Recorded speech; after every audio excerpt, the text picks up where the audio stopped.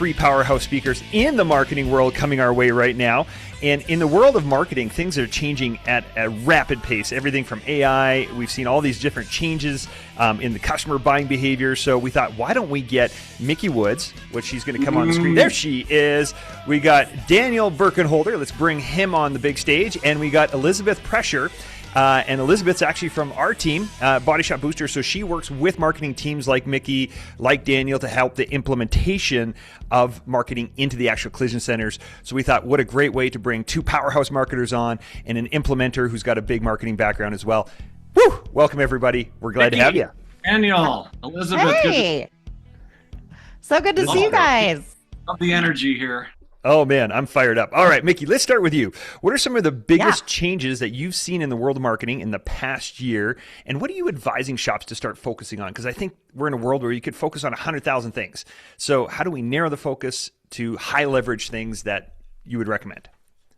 Yeah. Well, I mean, a lot of the guests have already spoken on a few of these things, but obviously education is a big component in all of this right now. It's a big opportunity spot. So that's something that we've seen shift in what we're doing as marketers and what shops should be doing. We're educating in a different way.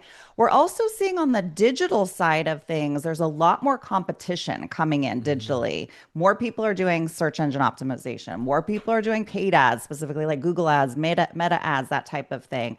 One big shift that we've seen that probably most people don't know, but we get to look at the data, and I love data, is that we see the consolidators now coming in and playing in the paid ad space, which they've never been in before, which we have been able to monopolize as independent shop owners. Now the consolidators are playing. So it's getting way more competitive because shops, A, are finally recognizing marketing has value, and B, being a little stressed out with slower work, they're like, I got to do something. I've been talking about doing something. I got to do something.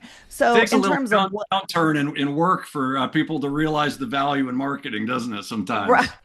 Yeah. I know, right? Yeah. Hey, it's an opportunity. I'm going to take it. So, what should they be doing? There's a lot of things that they can be doing. I mean, marketing is so vast. You know, you market every day when you pick up the phone and talk to your customer. So leveraging the tools like things like BodyShop Booster, like Elizabeth's going to talk about, doing those types of things, maximizing your website, making it efficient. They just talked about that in the last episode. We work on that also. And then also knowing what works in your market. So I think it's really important to work with somebody that A, knows collision, and then B, is able to audit. How are you ranking right now? What are you running ads? How are they doing? And then knowing what your competition is up against to create a game plan that really gets you results. That's super important rather than just shooting in the dark and, oh, I tried this, but it doesn't work. Well, maybe you just didn't know what you were doing. Well, that could be. So Just Elizabeth. saying. Yeah. So thank you, Micki. Elizabeth's with us today. So happy to have you on the summit with us. First time, I think. First And time. you have a really interesting role over at BodyShop Booster, don't you? And you work with shops, their marketing teams, to maximize their ROI. So let me ask you, what do you see working for shops right now to make sure that they're getting most out of their advertising? Because a lot of people just throw money out there and they don't really know if they're getting a return. Exactly. And I think a lot of times, we look at leads and we don't really look at that. We want to get those leads in, but we're not nurturing those needs or leads. And so we're spending the money on the front end, but we have no follow-up. And so that really increases that cost per acquisition. So what we do is we look at how do we lower the cost per acquisition? What does that look like per shop or per MSO?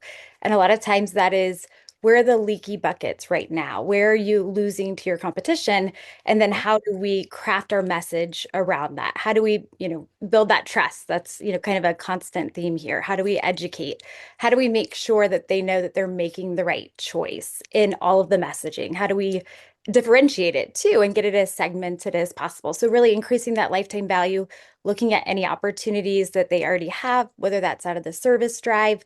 I always say trust is transferable. So if you have a service drive that's passing jobs to you, it's basically, if my mom tells me to use somebody, I can make that decision a lot faster. Or if my service advisor, we say a lot, if you trust us with your if you trust us with your maintenance on your car, trust us with your dings and dents, and leveraging that trust. And then the second part is really looking at that lifetime value, and how do we increase that too? So it's not just that first, we've got a new customer, but how are we nurturing that over the next 1, 3, 5 years so that we're the go-to shop? Obviously, that takes a long-term look at it, but we see over and over again that the cost of getting a new customer is 5 to 25 times more. And so we can really increase the profit if we're just putting in those simple touch points for a long time. So it's fun to see, those are huge increases in an ROI and also in profit, which is, what is the most important. Sound like you're having fun. I am. And you have to work with Ryan. That's right. Poor girl. Yeah. Right.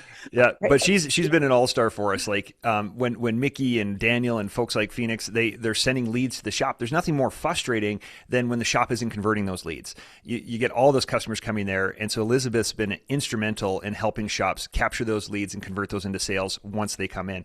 So let me jump over to Daniel real quick. Man, you have really come on the scene with a roar. You're helping shops. You're doing some amazing things. We're hearing amazing things out there. What are you seeing as some high value, high leverage things that are helping shops today? Well, first of all, I want to say I'm super honored to be on the panel here with Micki and Elizabeth. This is amazing. And first time I've been to the Positivity Summit. I'm fired up. This is amazing. You guys are doing an incredible job. So thank you for that. This is a great big question, Ryan. And here's what I'm going to give you. So the highest leverage shops, they aren't doing one magical thing. They're doing multiple things together on purpose. And I think here's a few of them. We are in a needs-based industry. Nobody's scrolling on Facebook thinking, oh man, I want to go to an auto body shop. We got to show up in the time of need when they've been in that fender bender, in that accident. We got to be showing up, whether that's on Google, whether that's on AI. We have to be there. So that's the number one thing.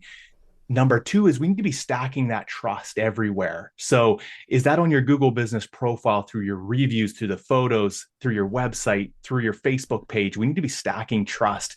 Trust is huge. Like that's really what marketing is building trust. And I would say thirdly is don't put all your eggs in one basket.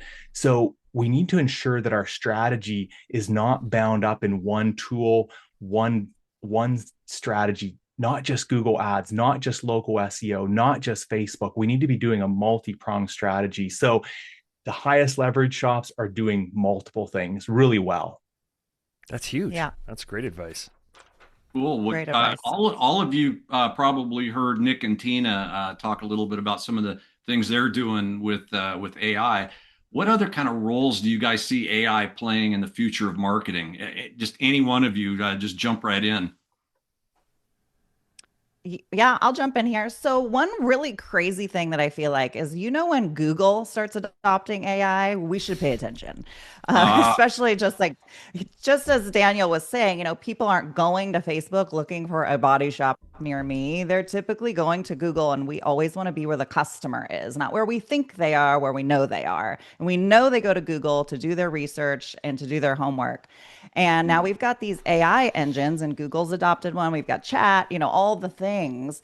And Google is now making it something called, I don't know if you guys have heard it before, but it's called a zero-click search, meaning they're giving you information without having to click to another page to go somewhere. So if somebody's typing in best body shop, Chicago, Illinois, that AI is going to give you the information and tell you what it has processed and determine is the best shop in Chicago, Illinois. You don't have to click anywhere. It's going to give you the information, the contact information, and boop, direct you right there. So this changes the game for literally everyone. We have got to change how we do things with this new way of business with the zero-click search, which puts a lot of pressure and responsibility on us marketers because we've got to make sure that you're positioned properly so you show up in that zero-click search, because other people are, it's like a laziness because we're just relying on this technology. So we need to use that opportunity to leverage the technology to get you in front of people. And if the AI isn't telling you where to go, you may not find the shop. Like I always say, don't be the best shop that nobody knows about. That's like the worst thing ever, right? Have your marketing dialed in. And this is one of those things we really need to be paying attention to. That's a big shift in AI. That makes a lot of sense. Daniel or Elizabeth, anything to add to what Micki said? I think another thing we're going to see too is in the follow-ups becoming more reliant on AI and gathering the context for the person.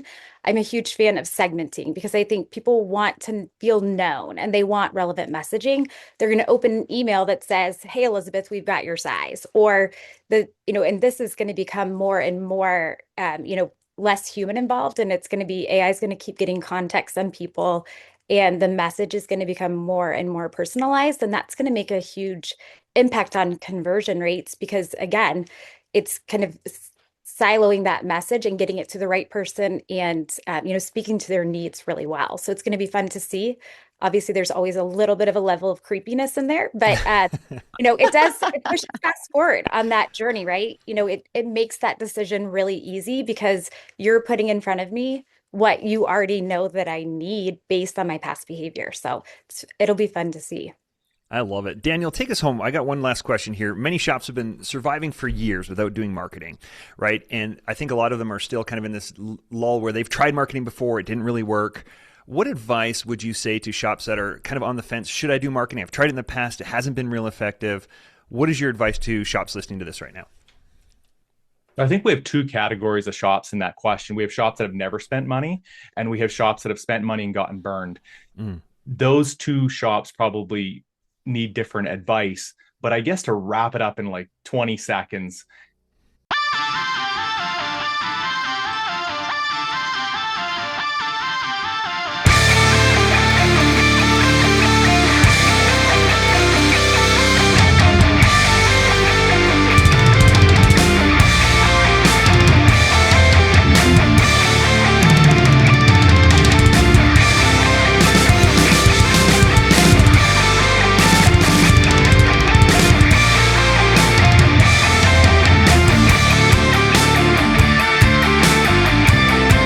and to help everybody have a little more clarity around marketing and